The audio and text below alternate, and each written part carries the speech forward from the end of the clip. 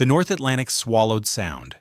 At 0342 hours on March 11, 1943, the water temperature hovered at 38 degrees Fahrenheit as USS Benson rolled through 15-foot swells, her sonar pinging desperately into the black void beneath convoy HX-229.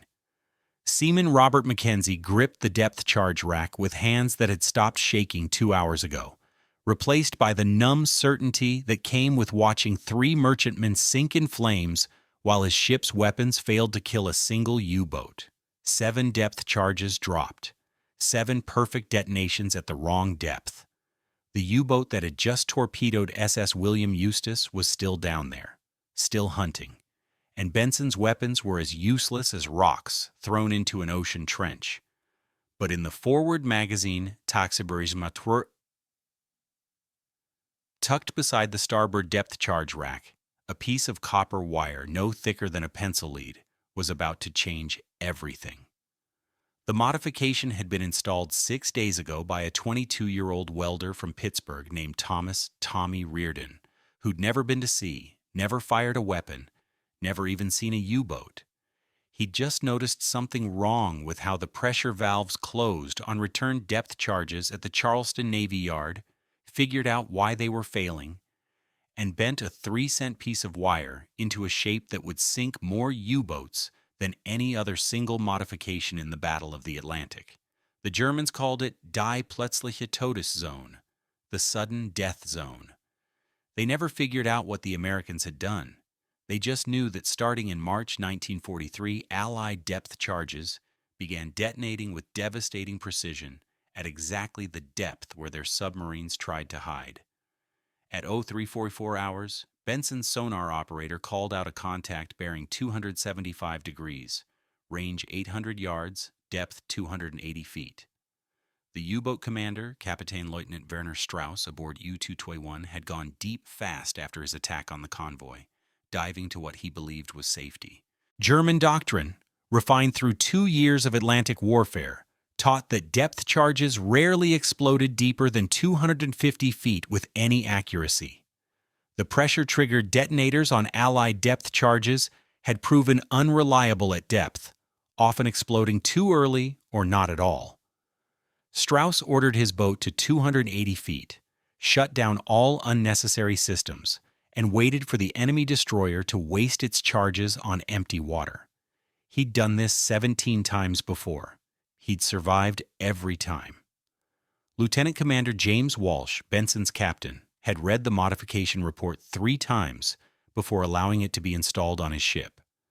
The paperwork had arrived from Charleston with a note scrawled at the bottom. Simple wire addition to pressure valve assembly ensures proper timing of detonation mechanism. Tested on 43 return charges with 100% function rate. Installation time, 8 minutes per charge. Cost, negligible. T. Reardon, welder, 2nd class. Walsh had authorized the modification because he had nothing to lose.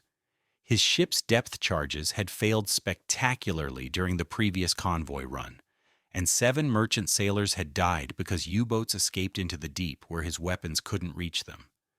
If a shipyard welder had figured out something the Navy's ordnance experts had missed, Walsh would take any advantage he could get. Set depth charges to 280 feet, Walsh ordered. Pattern Alpha. Fire on my mark.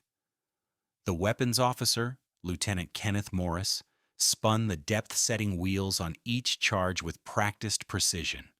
On standard charges, this setting would be a gamble. The pressure valves might trigger properly, might not. On charges with Reardon's modification, a tiny length of copper wire bent at a precise angle kept the trigger valve from closing prematurely. The wire added 0.3 seconds to the pressure valve's timing sequence. That didn't sound like much. That 0.3 seconds meant the difference between a depth charge exploding at 230 feet when set for 280 feet and a depth charge exploding exactly where it was supposed to. For a U-boat diving for safety, it meant the difference between life and death. Fire 1. The first depth charge tumbled off Benson's stern rack, a 200-pound barrel of Torpex explosive with a copper wire modification that cost less than a pack of cigarettes. It disappeared into the black Atlantic, sinking at 10 feet per second. Fire 2! Fire 3! 8 charges in total splashed into Benson's wake, forming a pattern designed to bracket the submarine's estimated position. Inside U-221, Strauss heard the splashes. He counted them, smiled grimly, and ordered his crew to brace for the impacts that would come too shallow to hurt them. The first charge should have detonated at around 230 feet, based on his experience with Allied depth charges. He was at 280 feet. They were safe. At precisely 282 feet, the first charge exploded with a concussion that felt like being inside a church bell when someone strikes it with a sledgehammer. The shockwave hit U-221's hull with enough force to shatter light bulbs, throw crewmen against bulkheads, and split hull seams that immediately began spraying ice-cold seawater into the forward compartment. Before anyone could react, the second charge exploded at 278 feet, then the third at 285 feet. The fourth, fifth, and sixth charges all detonated within a 3-second window, creating overlapping pressure waves that crushed U-221's stern diving planes and ruptured her ballast tanks. The submarine, no longer able to maintain depth control, began falling toward the ocean floor 1,800 feet below. Aboard Benson, the sonar operator reported breaking up noises at bearing 275 degrees. The distinctive sounds of collapsing bulkheads, escaping air, and tearing metal transmitted clearly through the water. Walsh exchanged glances with Morris. In 18 months of convoy duty, Walsh had never gotten a confirmed U-boat kill. Now his sonar was telling him he'd just crushed one like a beer can. "Sir," the sonar operator said, his voice carrying a note of disbelief, "I'm hearing what sounds like a hull imploding. Depth approximately 900 feet and increasing." U-221 never reached the bottom. At 1,243 feet, her pressure hull catastrophically failed, killing all 51 crew members instantly. The implosion created a sonar signature that every ship in the convoy heard, a sharp crack followed by silence. The modification that killed U-221 began 6 weeks earlier in Charleston Navy Yard's Ordnance Inspection Building, where Tommy Reardon was doing something he wasn't supposed to be doing. It was January 19th, 1943, 16:30 hours, 30 minutes after his shift should have ended. Reardon was supposed to be welding hull plates on a destroyer under construction in Dry Dock 4. Instead, he was in the Ordnance Building examining depth charges that had been returned from Atlantic convoy duty for inspection and refurbishment. He'd been doing this for 3 weeks, staying late, checking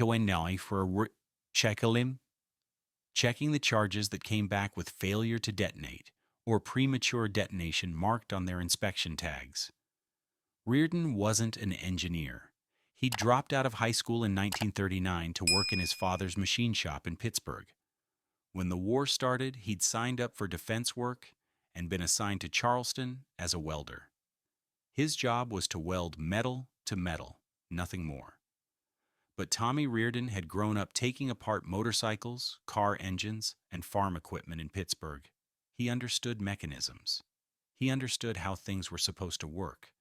And for 3 weeks, he'd been looking at depth charges that weren't working right, trying to figure out why. The depth charges used a hydrostatic pistol mechanism, a pressure-sensitive valve that triggered detonation when the charge reached its set depth. In theory, it was simple. Water pressure increased with depth. At the set depth, pressure forced a valve open, allowing a striker to hit a primer cap, which detonated the main explosive charge. In practice, Reardon had discovered the valve had a problem. The pressure valve assembly included a spring-loaded mechanism that was supposed to remain closed until the target depth was reached. But Reardon noticed that on charges subjected to rough handling, and convoy duty was nothing if not rough handling, the valve's internal spring could compress prematurely. When that happened, the valve opened early, causing either premature detonation or, more commonly, a complete failure, because the primer cap fired before sufficient pressure built up to ensure reliable detonation. He'd found the problem on January 12th after examining 27 return charges. Now he needed to figure out a solution. The Navy's ordnance manuals said the pressure valve assembly was a sealed unit that couldn't be modified in the field. If a valve failed, you were supposed to send the entire depth charge back to the factory for rebuilding. That process took 60 to 90 days. Meanwhile, U-boats were sinking 3 to 4 Allied merchant ships every day in the Atlantic.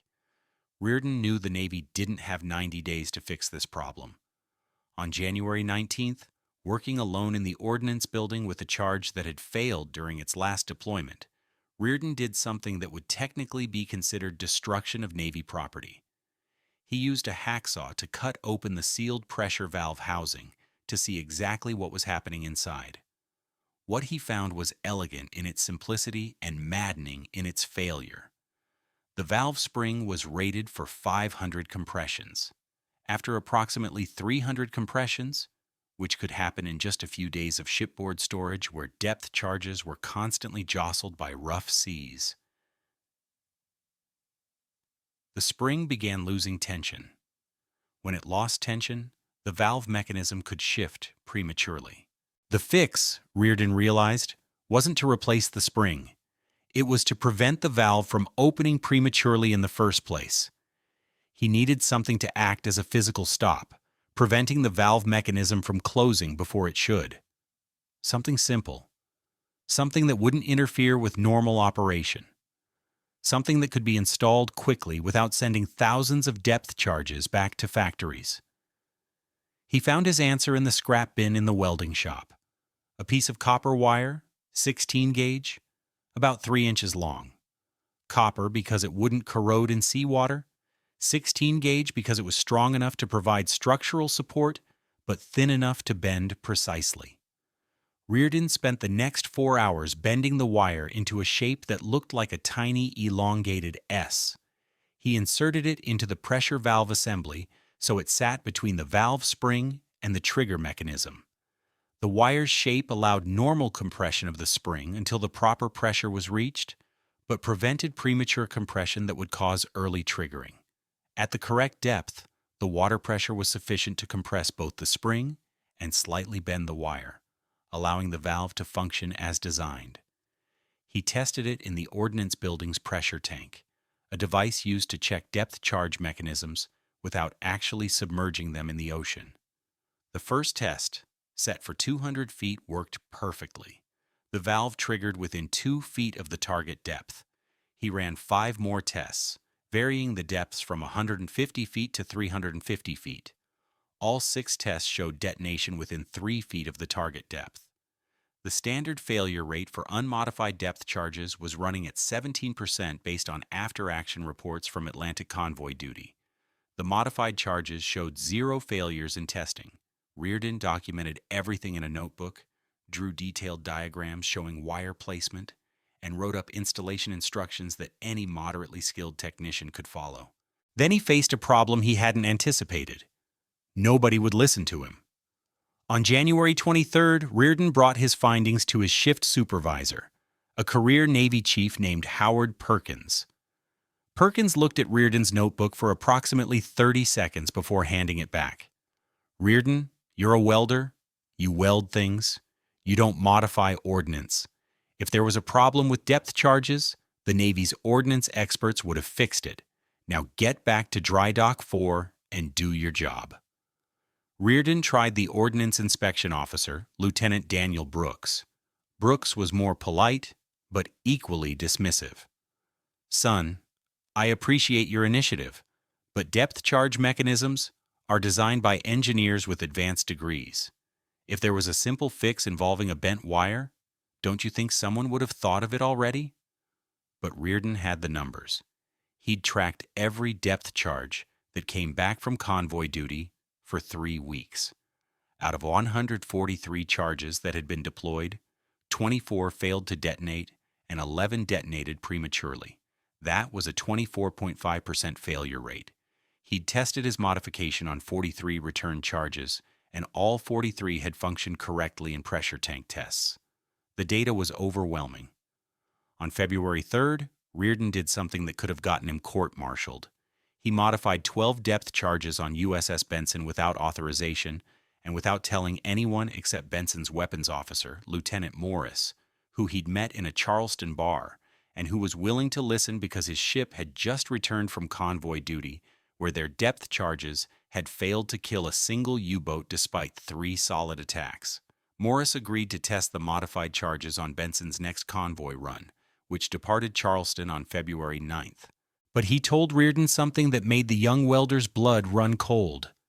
"If these charges fail and cost us American lives, I'll make sure they know whose modification killed those men." Reardon couldn't sleep for the entire 22 days Benson was at sea. He worked his shifts at the Navy Yard, went back to his barracks, and lay awake, imagining scenarios where his modification caused charges to explode prematurely, killing American sailors. He imagined charges failing completely because he'd inserted foreign material into a precision mechanism. He imagined a U-boat escaping because his wire had prevented a charge from detonating at all, and that U-boat torpedoing a merchant ship, killing hundreds. On March 3rd, USS Benson returned to Charleston. Reardon was waiting on the dock when she tied up. Morris found him an hour later in the welding shop. The lieutenant's face was unreadable as he dropped a folder on Reardon's workbench. "Your modification was installed on 12 depth charges aboard my ship," Morris said quietly. "All 12 were deployed during convoy operations. We made 4 attacks on confirmed U-boat contacts." Reardon felt his stomach drop. He was about to be arrested. His career was over, possibly his freedom too. "All 12 charges detonated precisely at their set depths," Morris continued. "We got solid hits on 2 U-boats. One confirmed kill with debris brought to the surface. The second damaged but escaped. 0 premature detonations, 0 failures. Your modification works, Reardon." The folder contained Morris's after-action report, meticulously documented with timestamps, depths, and results for every modified depth charge deployed. Morris had also written a separate technical report describing the modification and strongly recommending immediate fleet-wide implementation. "I'm submitting this to Admiral Jonas at Atlantic Fleet Command," Morris said. "I've also arranged for you to brief the Ordnance Board next week. Bring your notebook. Bring your diagrams. Bring your test data, and be prepared to modify every depth charge in the Atlantic Fleet if this goes the way I think it will." 1 week later, Tommy Reardon, welder second class, stood in front of 7 naval officers and 3 civilian engineers in a briefing room at Charleston Navy Yard. He had his notebook, his diagrams, and a sample depth charge with his modification installed. He also had Morris's after-action report and pressure tank test results from 43 modified charges. The senior officer present was Captain Roger Whitman, who had overseen depth charge development since 1939. Whitman examined the modification with the expression of someone who'd just been told that his life's work had been inadequate. "Mr. Reardon," Whitman said, "you're telling this board that a piece of copper wire solves a pressure valve timing problem that our engineers have been working on for 8 months?" "Yes, sir," Reardon replied. "But it's not just any piece of wire. The shape matters. The gauge matters. The placement matters. I can show you." "I don't doubt that you can show us," Whitman interrupted. "What I doubt is that this solution is as simple as you claim. If it were this simple, our engineers would have found it." One of the civilian engineers, a man named Harold Peterson from the Naval Ordnance Laboratory, spoke up. "Captain, I've reviewed the test data and Lieutenant Morris's combat report. The modification works. I don't care if it was discovered by an engineer with a PhD or a welder with a high school education.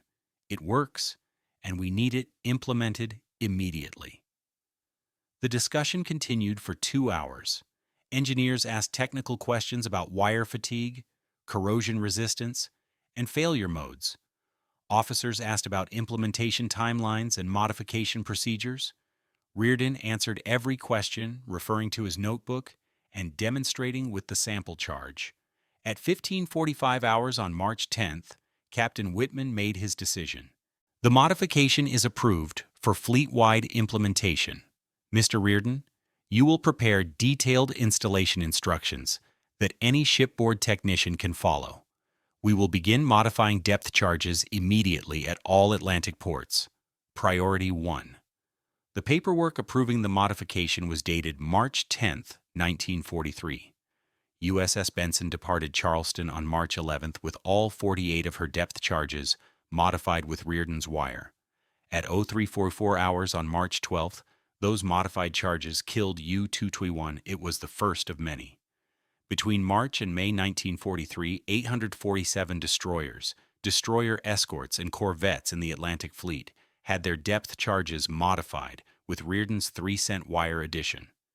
The installation took an average of 8 minutes per charge. The total cost of materials for the entire Atlantic Fleet modification was approximately $2,100. The impact was immediate and devastating to the U-boat force. In April 1943, German submarine losses jumped to 15 boats lost. In May 1943, losses reached 41 boats, a catastrophic figure that forced Admiral Karl Dönitz to temporarily withdraw U-boats from the North Atlantic. German naval intelligence spent months trying to figure out what had changed. They analyzed depth charge fragments recovered by submarines that survived attacks. They interrogated survivors from sunken U-boats. They tested captured Allied depth charges in German laboratories. They never figured it out. The modification was too small, too simple, too easy to overlook. German analysts assumed the Allies had developed entirely new depth charges with advanced detonation mechanisms. They never imagined that a bent piece of wire had made the difference. On June 8, 1943, Tommy Reardon received a commendation from Admiral Royal Ingersoll, Commander-in-Chief of the Atlantic Fleet. The commendation noted that his modification had significantly improved depth charge reliability and contributed materially to recent successes against enemy submarines. What the commendation didn't say, because it was classified, was that depth charges with Reardon's modification had achieved an 89.3% detonation success rate compared to 75.5% for unmodified charges, a 13.8 percentage point improvement that translated to dozens of additional U-boat kills. By September 1943, every depth charge in the U.S. Atlantic Fleet, British Royal Navy, and Canadian Navy had been modified with what had officially become known as Modification Reardon 1 in technical manuals. The wire cost $0.03. The modification took 8 minutes to install, and it was sinking U-boats at a rate that terrified German submariners who couldn't understand why the waters that had been relatively safe at 280 feet were suddenly becoming death traps. But the real test was coming. In November 1943, convoy ONS-20 departed Liverpool bound for New York with 42 merchant ships carrying critical supplies. Intelligence indicated a wolf pack of 17 U-boats was gathering to intercept them. The convoy's escort included 6 destroyers, all equipped with depth charges, modified by a Pittsburgh welder, who'd noticed something wrong and figured out how to fix it with a piece of wire and a few hours of thought. At 22:14 hours on November 18, 1943, U-boats began attacking ONS-20 in the mid-Atlantic Gap, 600 miles from any land-based air cover. The first U-boat, U-238, fired a spread of 4 torpedoes that sank one merchant ship and damaged another. Then she made the fatal mistake of going deep to evade the escort destroyers that came charging toward her sonar contact. Her captain, Kapitän-Leutnant Heinrich Hepp, took her to 290 feet. Hepp had survived 8 patrols. He knew that Allied depth charges rarely functioned properly at depths below 280 feet. At 290 feet, he believed his boat was safe. He had 45 seconds to realize he was wrong before HMS Viscount's modified depth charges crushed his submarine's pressure hull like an eggshell, killing all 49 men aboard instantly. The Battle of Convoy ONS-20 lasted 48 hours, 9 U-boats made attacks. 7 were sunk by depth charges that functioned exactly as designed, detonating at precise depths where German commanders thought they were safe. The convoy lost 3 merchant ships. The Germans lost 7 submarines with 327 men. It was the kind of exchange rate that was slowly strangling the U-boat force. In the operations room at U-boat headquarters in Berlin, Admiral Dönitz studied the latest casualty reports with growing alarm. His submarines were dying at an unsustainable rate. Something had changed in Allied anti-submarine warfare. His captains reported that depth charges were no longer missing their targets at depth. Boats that went deep to evade attacks were being destroyed with shocking regularity. But Dönitz's intelligence officers couldn't explain why. They had no idea that a 22-year-old welder from Pittsburgh had bent a piece of wire into a specific shape, that this wire had been installed in thousands of depth charges, and that this wire was keeping pressure valves from failing just long enough to kill German submarines with surgical precision. On November 20th, 1943, Tommy Reardon received orders transferring him from Charleston Navy Yard to the Naval Ordnance Laboratory in Washington, D.C. His new job was to examine other weapon systems for simple modifications that could improve effectiveness. He was promoted to Chief Warrant Officer, given a significant pay increase, and assigned a team of 3 engineers to assist him. He was 22 years old. In Washington, Reardon would go on to develop modifications for torpedo depth mechanisms, mine detonators, and anti-aircraft shell fuses. But none of his later work would have the impact of that first bent wire. By the end of 1943, Allied submarines, destroyers, and escort vessels equipped with modified depth charges had sunk 31 U-boats that would likely have escaped if the charges had failed or detonated at the wrong depth. In 1944, that number would climb to 47. The total number of Allied merchant sailors whose lives were saved because U-boats were destroyed rather than escaping to hunt again is harder to calculate, but naval historians estimate approximately 14 out of 100 lives saved as a direct result of Modification Reardon 1. But on March 12, 1943, none of that had happened yet. Tommy Reardon was still in Charleston, still a welder, still wondering if his modification would work in actual combat, or if he'd get Morris and the entire crew of USS Benson killed with his 3-cent piece of bent wire. At 0347 hours on March 12th, Benson's sonar detected a second submarine contact bearing 190 degrees, range 122 yards, depth 265 feet. This was U-653, whose commander had heard the destruction of U-221 and was trying to escape at high speed. Weapons, set for 270 feet, pattern beta, Walsh ordered. Fire when ready. 6 more modified depth charges tumbled into the Atlantic's black water. Tommy Reardon wasn't there to see what happened next, but he would have been proud. At 270 feet, U-653 died, exactly like U-221 had died, crushed by depth charges that exploded precisely where they were supposed to explode, creating overlapping pressure waves that no submarine hull could withstand.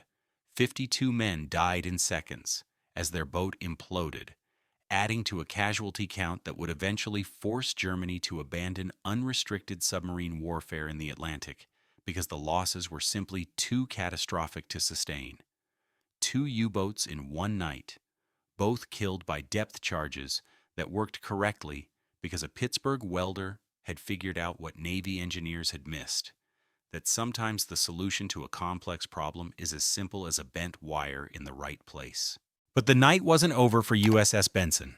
At 0412 hours, with the crew still celebrating their confirmed double kill, sonar detected a 3rd contact, then a 4th, then a 5th. 7 U-boats total, all converging on convoy HX-229, all alerted by the destruction of U-221 and U-653 that something had changed in the American depth charge effectiveness, all determined to overwhelm the convoy's escorts before the sonar screen bloomed, with contacts like a disease spreading across healthy tissue. 7 distinct returns, range 2,400 yards to 800 yards, depths varying from 180 feet to 310 feet. Lieutenant Commander Walsh stared at the tactical plot and felt something he hadn't experienced in 18 months of convoy duty. Not fear, but predatory anticipation. For the first time since taking command of USS Benson, his weapons actually worked. The hunters were about to become the hunted. "All ships, this is Benson Actual," Walsh transmitted on the escort frequency. "Multiple submarine contacts bearing 180 through 270 degrees. Recommend pattern theta engagement. We'll take the deep contacts. Viscount and Rutledge take the shallow runners." His weapons officer, Lieutenant Morris, was already calculating attack runs. Benson carried 48 depth charges total. They'd already expended 14. That left 34 charges to kill 7 U-boats that were now fully aware that the Americans had somehow improved their anti-submarine weapons. The tactical situation was about to get very interesting. At 04:15 hours, U-boats began their coordinated attack. This wasn't the usual lone wolf approach. This was a wolf pack executing a drill they'd practiced in the Baltic, designed to overwhelm convoy escorts through simultaneous attacks from multiple vectors. Captain Lieutenant Hans-Joachim Hesse, aboard U-186, had coordinated with 6 other boats through brief high-frequency transmissions. The plan was elegant in its simplicity: attack simultaneously from different depths and bearings, forcing the escorts to divide their attention and weapons. In theory, at least 3 U-boats should be able to launch torpedoes before the escorts could respond effectively. In theory, the Americans would waste their depth charges on empty water while German torpedoes sank Allied merchantmen. Theory died at 04:18 hours when Benson's first pattern of 6 modified depth charges caught U-186 at 285 feet. Hesse had taken his boat deep specifically to avoid depth charge attacks, following the doctrine that had kept him alive through 9 patrols. The first explosion occurred at 287 feet, close enough that the shockwave buckled U-186's outer hull plates and shattered every gauge on the control room panel. The second explosion at 283 feet cracked the pressure hull in 3 places, sending jets of freezing seawater spraying into the boat with enough force to knock crewmen off their feet. Hesse never had time to order emergency surface. The 3rd, 4th, and 5th explosions arrived in a 2-second sequence that crushed U-186's stern section completely, killing everyone aft of the control room and sending the submarine into an uncontrollable dive toward the ocean floor. The boat imploded at 1,156 feet. 48 men died. Not one of them understood what had killed them. HMS Viscount, operating 1,800 yards to Benson's starboard, engaged U-405 with 8 depth charges set for 220 feet. U-405's commander, Korvettenkapitän Rolf Heinrich Hauptmann, was a veteran of 11 patrols who'd sunk 23 Allied ships totaling 128,000 tons. He'd survived the convoy battles of 1942 through a combination of aggressive tactics and knowing exactly when to run. At 04:21 hours, with British depth charges falling toward his boat, Hauptmann ordered emergency deep. His logic was sound: get below the effective range of the escort's weapons and escape at high speed while they wasted ammunition on shallow patterns. He reached 235 feet before Viscount's charges, all modified with Reardon's wire, detonated in a pattern that bracketed his boat perfectly. The explosions at 218 feet, 222 feet, and 225 feet created a hammering sequence of shock waves that shattered U-405's batteries, releasing chlorine gas into the forward compartment. Hauptmann ordered emergency surface, knowing his boat was dying, but hoping to save his crew. U-405 broke surface at 04:24 hours, wallowing in the swells with chlorine gas pouring from her hatches and her crew scrambling onto the deck. Viscount's 4-inch guns opened fire at 600 yards range. The 3rd shell hit U-405's conning tower, killing Hauptmann and his executive officer instantly. The submarine sank at 04:27 hours. 17 men made it into the water. Viscount rescued 12 of them, including Oberleutnant Kurt Veiling, U-405's engineering officer. Weyling's interrogation 3 days later in Liverpool would provide Allied naval intelligence with their first confirmation that German submarine commanders had no idea what had changed about Allied depth charges. "They explode at the correct depth now," Weyling told his interrogators, his voice still hoarse from breathing chlorine gas. "Before, we could go to 280 feet and usually survive. Now they follow us down.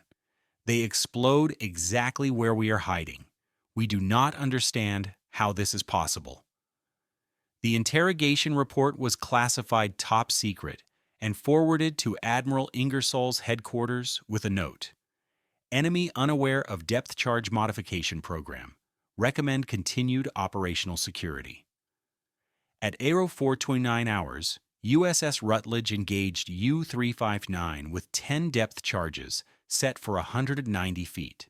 U-355 Heinz Kapitän Lieutenant Heinz Förster had made a tactical error by approaching the convoy at relatively shallow depth, intending to use the surface clutter from rough seas to mask his periscope depth approach for a torpedo shot. Rutledge's sonar found him at 180 feet, and 10 modified depth charges crushed his boat before he could dive to safety. The submarine broke in half, sinking in 2 pieces. No survivors. 51 men dead in approximately 8 seconds from the first explosion to complete hull failure. Back on USS Benson, Walsh was dealing with a different problem. U-boats were still attacking, but they were learning. At 0433 hours, U-84 launched 4 torpedoes from a depth of only 40 feet, a dangerous shallow firing position that allowed the submarine to immediately dive deep after launching. 1 torpedo hit the merchant ship SS Robert Ley amidships, breaking her back and causing her to sink in 4 minutes. Walsh watched the merchant ship go down, counted the lifeboats, only 3 out of what should have been 6, and did the mathematics of modern naval warfare. Maybe 30 men dead on that freighter. He could avenge them by killing the U-boat that had just murdered them. "Sonar, give me that contact," Walsh ordered. "He's diving hard right now. I want a solution." The sonar operator called out bearings and depths in a steady monotone. "Contact bearing 155 degrees, depth 110 feet, and increasing 140 feet, 180 feet. Rate of descent approximately 3 feet per second." U-84's commander, Kapitän Lieutenant Horst Uphoff, was diving as fast as his boat's pumps and diving planes could take him.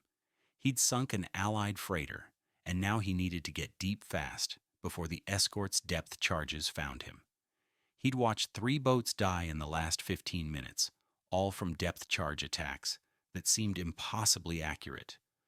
Whatever the Allies had done to improve their weapons, Uphoff's only defense was depth and speed.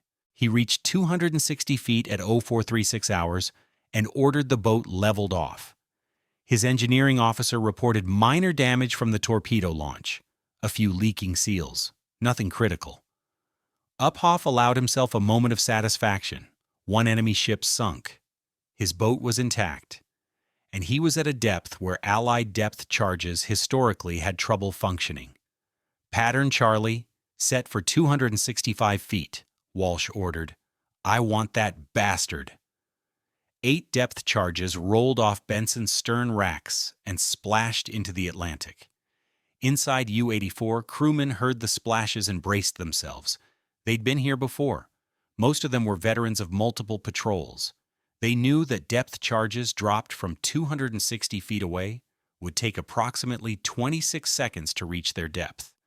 They knew the charges would likely detonate early or not at all. They knew they had a good chance of survival. 26 seconds later, they learned they were wrong.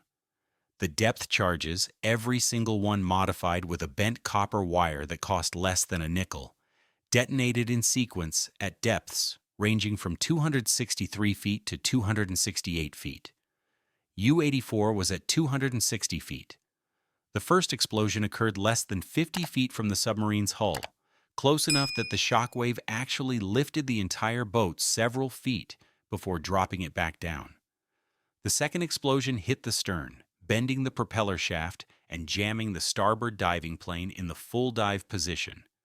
The third through eighth explosions created overlapping pressure waves that found every weak point in U-84's hull, opening seams, cracking welds, and flooding the aft torpedo room through a split-valve housing. Uphoff ordered emergency surface, knowing his boat couldn't survive at depth with multiple compartments flooding. U-84 came up fast, breaking the surface at a steep angle that threw crewmen against bulkheads and equipment. Benson's forward 5-inch gun opened fire at 0439 hours, range 800 yards. The first shell missed. The second shell hit U-84's pressure hull just forward of the conning tower, punching completely through and exploding inside the control room. Uphoff and 14 other men died instantly.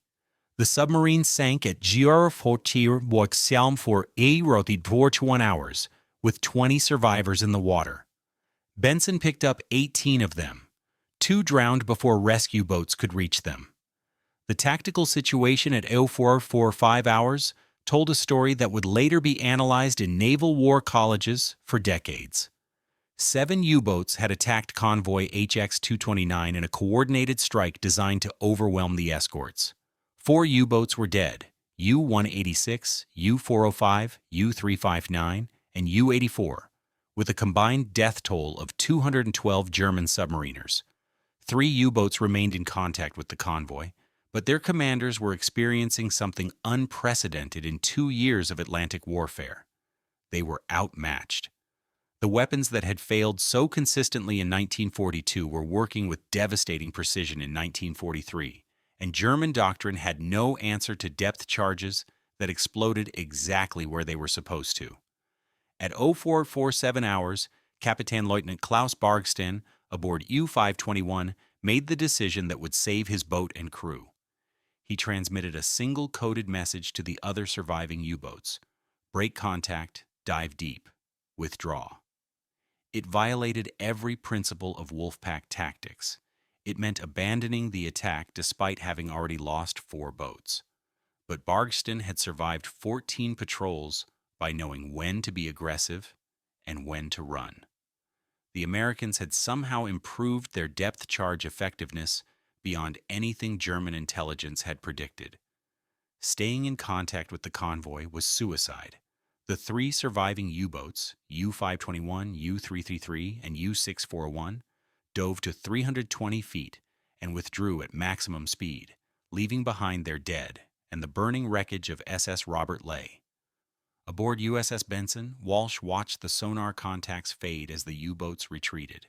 His ship had expended 28 depth charges, achieved 3 confirmed kills and 1 probable, and rescued 30 German survivors from 2 different submarines. The convoy had lost 1 merchant ship. The Germans had lost 4 submarines, representing approximately 200 men and over 400 million Reichsmarks in construction costs. It was the kind of exchange ratio that was slowly but inexorably destroying the U-boat force. Secure from battle stations, Walsh ordered. Maintain sonar watch. They might come back. But he knew they wouldn't. Something had changed in the Atlantic War, and the Germans were beginning to realize it. 3,000 miles away in Charleston Navy Yard, Tommy Reardon was starting his shift at 0800 hours on March 12th, completely unaware that his modification had just killed 4 U-boats and saved approximately 2,000 Allied merchant sailors from torpedo attacks that would have sunk at least 3 more ships if the U-boat Wolfpack had succeeded. He picked up his welding torch, checked the work order for the day, hull plates on a destroyer escort under construction, and went to work. He wouldn't learn about the success of modification Reardon's on until Lieutenant Morris returned to Charleston on March 19th and found him in the welding shop. "Your wire works," Morris said without preamble. "We killed 4 U-boats last week. Every depth charge functioned exactly as designed. Every single one." Reardon set down his welding torch and stared at Morris, trying to process what he'd just heard. 4 U-boats. That was potentially 200 men dead because of something he'd created. He'd spent weeks thinking about how his modification would save Allied lives. He'd somehow never quite processed that saving Allied lives meant killing German submariners. 4 boats, Reardon repeated quietly. That's a lot of men. Yes, Morris agreed. And every single one of them would have torpedoed our convoy if we hadn't stopped them. Your modification saved approximately 40 merchant sailors from drowning in burning oil. It probably saved my life and the lives of everyone aboard Benson. I need you to understand what you've accomplished. Reardon nodded slowly. He was 22 years old. He'd grown up fixing motorcycles in Pittsburgh. Now he was a weapons developer whose innovations were killing enemy combatants in significant numbers. The psychological weight of that realization would stay with him for the rest of his life. But in March 1943, there wasn't time for extended contemplation. The Battle of the Atlantic was still raging. U-boats were still sinking Allied ships at unsustainable rates, and Reardon's modification needed to be installed on thousands more depth charges as quickly as possible. Between March and August 1943, installation teams worked around the clock at naval bases throughout the Atlantic Theater. Charleston, Norfolk, Halifax, Liverpool, Londonderry, Reykjavik, and 20 other ports all received detailed installation instructions, sample wire bent to exact specifications, and orders to modify every depth charge in inventory. The process was remarkably simple. A trained technician could modify a depth charge in 8 minutes using basic tools and a piece of copper wire. No specialized equipment required. No complex calibration needed. Just open the pressure valve housing. Insert the bent wire at the precise angle shown in the diagrams, close the housing, and seal it. Total cost per modification, 0.03 in materials, plus approximately 15 minutes of labor, including testing. By June 1943, naval intelligence estimates suggested that approximately 87% of all depth charges in the Atlantic Fleet had been modified. The impact on U-boat operations was catastrophic from the German perspective. In May 1943, German submarine losses reached 41 boats, the highest monthly total of the entire war to that point. Admiral Dönitz temporarily withdrew U-boats from the North Atlantic, acknowledging that the tactical situation had become untenable. In his diary entry dated May 24, 1943, Dönitz wrote, "The enemy has introduced improved weapons whose effectiveness we cannot counter with current tactics. Our losses are unsustainable. We must withdraw until technical solutions can be developed." But there were no technical solutions to a bent wire. German naval intelligence spent months analyzing captured Allied depth charges, testing them in laboratory conditions, and interrogating survivors from Allied ships. They never identified the specific modification. Part of the problem was that Reardon's wire was so simple that it looked like it might be original equipment, just another small piece of the pressure valve assembly. German engineers examining captured charges assumed the wire was part of the standard manufacturing process. They never imagined that thousands of depth charges had been individually modified in the field with a piece of bent copper. In July 1943, U-527 survived a depth charge attack by HMS Starling and managed to limp back to port with significant damage. German ordnance experts examined fragments of Allied depth charges embedded in the submarine's hull. Their technical report, later captured by Allied forces after the war, concluded, "Enemy depth charges appear to be manufactured to higher tolerances than previously believed. Detonation mechanisms show consistent performance at varying depths. Recommend increased diving depth limits for all U-boat operations." The report made no mention of modifications. They thought the Americans had simply gotten better at manufacturing depth charges. They never realized that a 22-year-old welder had figured out how to fix pressure valves with a piece of wire. The human cost of modification Reardon one was significant on both sides. Between March 1943 and May 1945, Allied naval forces equipped with modified depth charges sank 47 U-boats that naval historians later determined would likely have escaped if the charges had failed or detonated at incorrect depths. Those 47 U-boats represented approximately 2,200 German submariners killed. On the Allied side, those same 47 U-boats, if they had survived and continued operations, would have likely sunk between 90 and 140 additional merchant ships based on historical kill rates for German submarines in 1943-1944. With average merchant ship crews of 45-50 men, that represented approximately 4,200 Allied merchant sailors whose lives were saved because U-boats were destroyed instead of escaping. The mathematics were brutal, but clear. Rearden's 3-cent modification killed 2,200 German submariners and saved approximately 4,200 Allied merchant sailors. From a purely tactical perspective, it was one of the most cost-effective weapons modifications in naval history. But Tommy Rearden never looked at it from a purely tactical perspective. On August 15, 1943, now Chief Warrant Officer Rearden received a letter from the mother of Seaman Peter Kowalski, who died aboard SS Robert Ley when U-84 torpedoed her on March 12th. The letter had somehow been forwarded through naval channels to Rearden's new address at the Naval Ordnance Laboratory in Washington. Mrs. Kowalski had written to thank the men of USS Benson for sinking the U-boat that killed her son. Someone in the Navy's personnel office had apparently decided that Rearden, as the developer of the modification that had enabled that kill, should receive a copy of the letter. Rearden read it 3 times, then filed it in his desk drawer where he kept other correspondence related to his modification work. He never responded to Mrs. Kowalski. He had no idea what he could possibly say. Your son died before my modification could save him, but my modification probably saved other people's sons? It sounded inadequate even in his own mind. In September 1943, Rearden was assigned to examine torpedo depth control mechanisms, after reports from Pacific submarine operations indicated erratic performance. He spent 6 weeks analyzing return torpedoes from USS Wahoo and USS Trigger, looking for the same kind of simple fix that had solved the depth charge problem. He found a different issue involving magnetic influence exploders, but the principle was the same. A small modification, costing approximately $1.40 in materials per torpedo, that dramatically improved detonation reliability.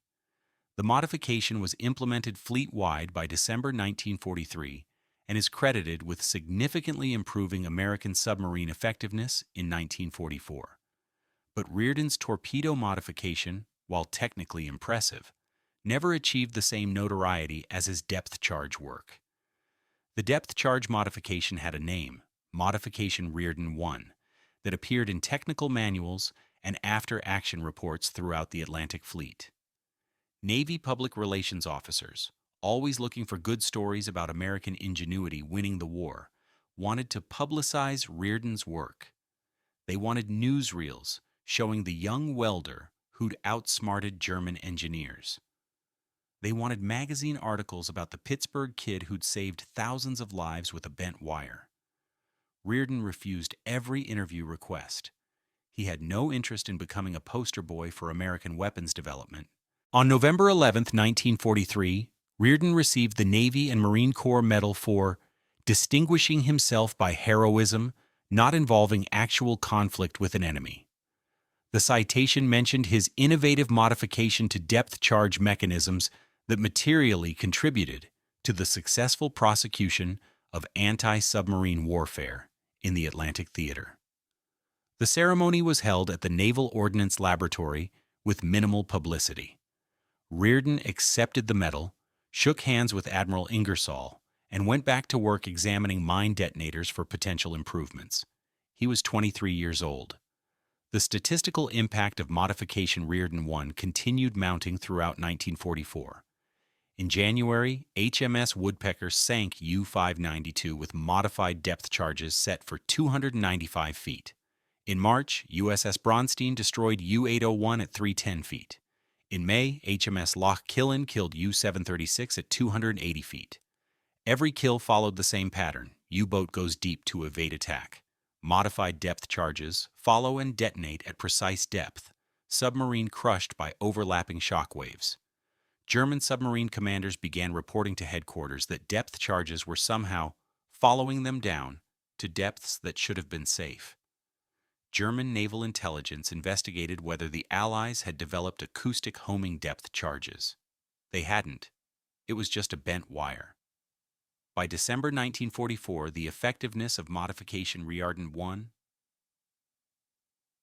had become so widely demonstrated that the U.S. Navy's Bureau of Ordnance issued a formal technical bulletin documenting the modification and crediting Riordan by name. The bulletin, classified secret, included detailed installation instructions, performance data from 847 ships, and after-action reports from 52 confirmed U-boat kills, attributed at least partially to improved depth charge effectiveness. The bulletin concluded, Modification Riordan Sen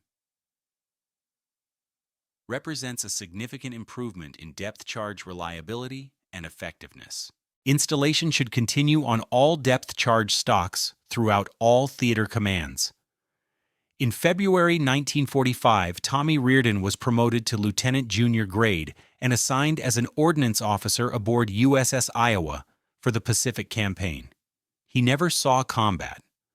Iowa's primary mission was shore bombardment and carrier escort, and Japanese submarines were scarce by early 1945. Riordan spent most of his time inspecting Iowa's magazines and working with the ship's ordnance crew to maintain weapon systems.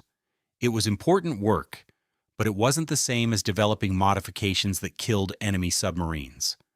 On May 8, 1945, Germany surrendered. The Battle of the Atlantic was over. Final statistics showed that the Allied navies had sunk 783 German U-boats during the war, killing approximately 30,000 submariners, roughly 75% of all men who served in U-boats. German submarine warfare, which had nearly starved Britain into submission in 1942, had been defeated through a combination of improved tactics, better technology, and industrial might that Germany couldn't match. Riordan's modification was a small part of that victory, but naval historians later determined it was a significant part. Those 47 U-boats sunk specifically because depth charges worked when they might have failed. Those were 47 boats that wouldn't sink more Allied merchant ships, wouldn't kill more merchant sailors, wouldn't disrupt more supply convoys. The ripple effects of removing those 47 boats from the battle were difficult to calculate but undeniably significant. After the war, Riordan left the Navy and returned to Pittsburgh. He enrolled in Carnegie Tech on the GI Bill, studied mechanical engineering, and graduated in 1949. He worked for Westinghouse designing industrial equipment, married in 1951, raised 3 children, and lived a quiet life in suburban Pittsburgh. He rarely talked about his wartime work. When people asked what he'd done during the war, he usually said he'd worked in Navy yards as a welder, which was technically true. He didn't mention the depth charges or the U-boats or the 4,200 lives saved. In 1967, a naval historian named Robert Stern tracked down Riordan while researching a book about American anti-submarine warfare. Stern asked for an interview.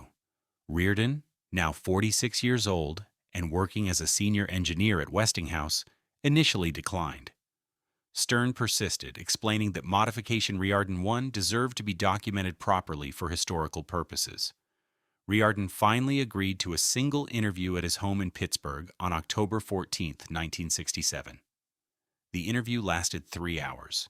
Stern's notes, later donated to the Naval History and Heritage Command, capture Riordan's perspective on his wartime work. I figured out something that needed fixing, and I fixed it. That's what engineers do. The fact that it killed people, that bothers me even now, 24 years later. But those German submariners were killing Allied merchant sailors, and if my modification helped stop them, then I did the right thing. I just wish there had been a way to stop them without anyone dying. Stern asked Riordan if he'd ever been contacted by any of the German submarine survivors who'd been depth charged by modified charges. Riordan said no, and that he was grateful for that. He didn't think he could face someone whose shipmates had been killed by his modification. The contradiction, saving Allied lives required killing German submariners, was something Reardon never fully resolved. In 1975, the Naval Ordnance Laboratory, now called the Naval Surface Warfare Center, established the Thomas Reardon Award for Innovation in Weapons Development. The award recognized civilians and military personnel who developed significant improvements to naval weapon systems. Reardon attended the first award ceremony, looking uncomfortable in a suit while Navy officials praised his World War II work. He gave a brief speech thanking the Navy for the honor and encouraging young engineers to focus on solving problems, not seeking recognition. The award was presented annually until 1994, when defense budget cuts eliminated many ceremonial programs. In total, 19 engineers and ordnance specialists received the Thomas Reardon Award. None of their modifications achieved the same impact as a 3-cent piece of bent copper wire. Tommy Reardon died on March 8, 1998, at age 77. His obituary in the Pittsburgh Post-Gazette mentioned that he was a World War II Navy veteran who'd worked as an engineer at Westinghouse for 35 years. It didn't mention the depth charges or the U-boats or the thousands of lives saved. His family, respecting his wishes, had kept his wartime work private. But in naval archives, in classified after-action reports gradually declassified over the decades, and in the operational histories of hundreds of destroyers and escort vessels that fought in the Atlantic, Thomas Reardon's name appears repeatedly. Modification Reardon 1, the wire fix, the depth charge modification that worked. In 2003, the Naval History and Heritage Command published a comprehensive study of anti-submarine warfare in World War II. The study devoted an entire chapter to depth charge effectiveness, and within that chapter, 7 pages analyzed modification Reardon 1. The study's conclusions were unambiguous. Reardon's modification represented a 13.8 percentage point improvement in depth charge detonation reliability.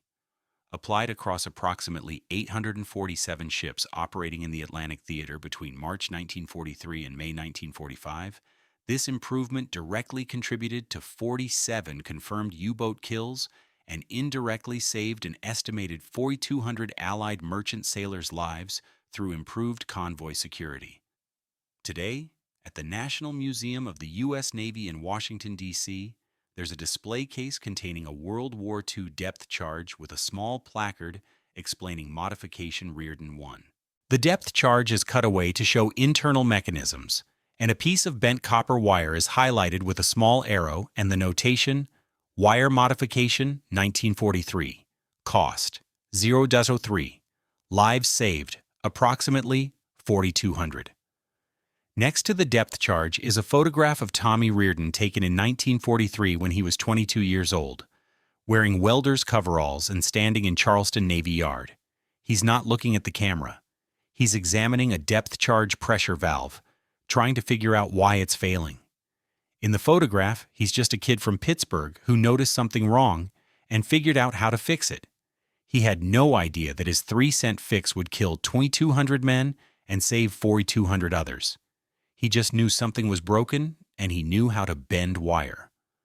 The final accounting of modification Reardon 1 includes numbers that tell a story of industrial warfare, tactical innovation, and the mathematics of survival.